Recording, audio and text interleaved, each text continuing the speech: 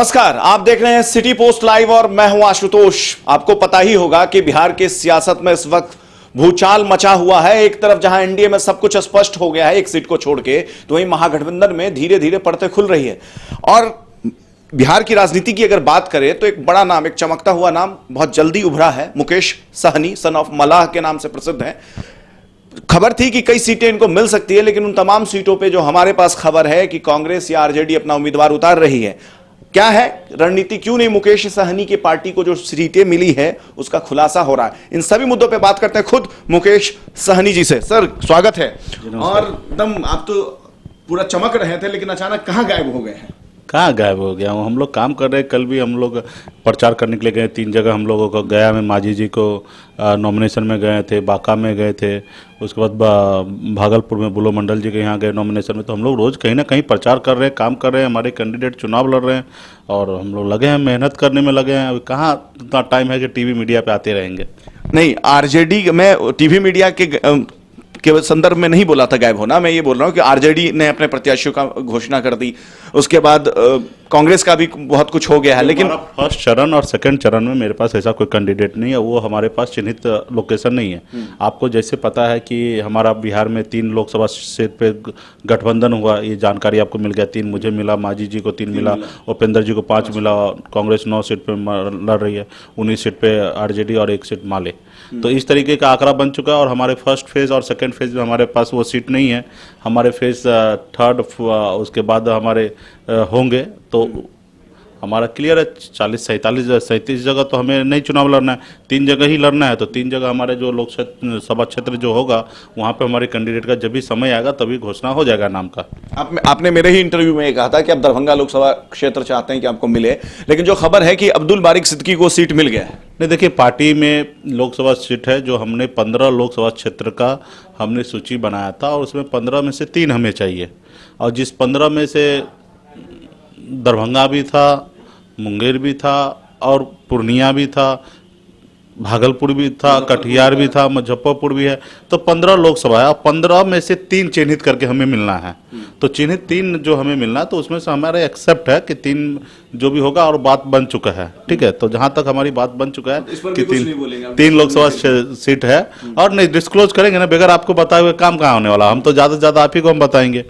तो उसके लिए हमें लगता है कि हम 28 तारीख को तीसरा चरण का जब प्रचार चालू हो जाएगा, तो 28 तारीख को हमें लगता है कि हम लोग उससे पहले सारे सीट का डिक्लेयर कर देंगे, जिसमें हमारा वीआईपी पार्टी का जो सीट है वो भी डिक्लेयर हो जाएगा आपको 28 तारीख से पहले, क्योंकि तीसरा चरण का नॉमिनेशन 28 तारीख को। और तीसरा चरण में हमें आपको इंडिकेट कर देता कि एक लोकसभा क्षेत्र जो है वो मेरा तीसरा चरण में है। कौन सा होगा वो लोकसभा, तो वो आप समझ लीजिए। चलिए, मैं ये बोल रहा हूं कि एक बीच में खबर आई थी, सिटी पोस्ट ने ही खबर दिखाया था कि मुकेश सहनी जो हैं वो नाराज हो गए हैं, इसलिए अब वो बोल रहे हैं कि वो चुनाव तो नहीं लड़ेंगे लेकिन 3 सीट पर प्रत्याशी उतारेंगे। कितनी सच्चाई है और क्या सच में मुकेश सहनी नाराज नहीं हो गया था? मैंने खुद इच्छा जाहिर किया कि मेरे को पूरा बिहार में प्रचार करना है, कैंपिंग करना है और बहुत ज़्यादा मेहनत करना है।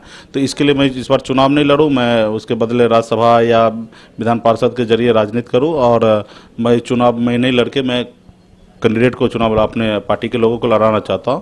लेकिन फिर हमारे सहयोगी दल गठबंधन के लोग का कहना है, मांझी जी, उपेंद्र जी, तेजस्वी जी, ये सबका, कि आप खुद चुनाव लड़िए और मजबूती से प्रचार भी होगा और आपको भी लड़ना चाहिए और आपका लड़ना अनिवार्य है, आप लड़िए। तो उस पर सहमति बन गया कि हम एक जगह से फिर हम चुनाव लड़ रहे हैं। दरभंगा लोकसभा क्षेत्र की मैं फिर से बात कर रहा हूं। देखिए, खबर यह है कि आपकी वजह से ही कीर्ति आजाद का टिकट कट गया। नहीं, ऐसा नहीं, ऐसा एलिगेशन मत लगाइए। मेरे वजह से टिकट कट गया, मेरे वजह से किसी का टिकट नहीं, मैं एलिगेशन नहीं लगा रहा हूं। आपकी महागठबंधन में इतनी अहमियत है, इतना तवज्जो आपको मिला है कि इसलिए आपकी बात को किसी की हिम्मत नहीं थी दरकिनार करने की। लोकसभा क्षेत्र हमको जो मिलेगा निश्चित तौर पर उस पर किसी ना किसी का दावेदारी नहीं होगा। तो ये बोल सकते हैं कि उसका सीट कट गया हमारे वीआईपी की वजह से। बाकी हमें 3 लोकसभा क्षेत्र पे चुनाव लड़ना, और फिर वो कल परसों में हम आप लोगों को जानकारी दे देंगे। फिर सब बहुत आदमी लोग इच्छा रखता है कि चुनाव लड़ने का, सबका इच्छा पूरा नहीं होता है क्योंकि 40 से लोकसभा क्षेत्र है और कैंडिडेट हर पार्टी के पास बहुत सारा पहले से है।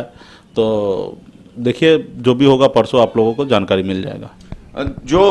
किन मुद्दों पे जाएंगे आप, किन मुद्दों को लेकर के? क्योंकि देखिए, एनडीए मेरा सवाल है कि एनडीए आप आप लोग पे एलिगेशन लगाती है कि आप लोग महागठबंधन में तो एकजुटता नहीं है, बस अब गठबंधन रह गया। आप सभी पार्टी मिलके, चाहे आपकी पार्टी हो या जीतन राम मांझी की पार्टी हो और आरजेडी हो, कुशवाहा जी की पार्टी हो, आप सबने मिलकर कांग्रेस को तो एकदम डोमिनेट कर दिया। बेचारा अलग थलग पड़ गया है और उसके पास कोई ऑप्शन नहीं है आप लोग के साथ रहने के लिए, इसलिए आप लोग के साथ। नहीं नहीं नहीं, ऐसा ये बीजेपी या विपक्ष में जो लोग हैं उनका काम है एलिगेशन लगाना, हमारा काम है मजबूती से काम करना। और हमारी मुद्दा तो यही है कि अभी हाल फिलहाल में देश में कई राज्य में आप देखेंगे कि राहुल गांधी जी जो स्टेट का चुनाव होता है उसमें चुनाव जीते हैं। उन्होंने उनकी पार्टी के तरफ से जो घोषणा की है वो पूरा किए। किसान का कर्ज माफ़ करना, समथिंग समथिंग जो भी है वो उन्होंने पूरा किए। इस बार भी उन्होंने एक बड़ा घोषणा किया कि गरीब लोगों को, भारत के 20% गरीब लोगों को 6,000 रुपया पर महीना उनको मिलेगा। तो हमें ये आशा उम्मीद है कि भारत में 5 करोड़ लोगों को महीने का 6,000 रुपया मिलेगा और साल का 72,000 रुपया मिलेगा। तो ये हमारे लिए एक बहुत बड़ा मुद्दा है कि हम लोग जो लड़ाई लड़ रहे हैं गरीब को प्रेजेंट करते हैं, गरीब के हक अधिकार की बात कर रहे हैं। और मुझे लगता है कि देश में इस तरीके से कांग्रेस के द्वारा अगर इस तरीके का घोषणा जारी किया है तो हमारे गरीब वंचित समाज के लिए बहुत बड़ा घोषणा है। और बिहार की ही नहीं पूरे देश के गरीब लोगों को अभी सोचना है कि हमें 6,000 रुपया महीना मिल जाए।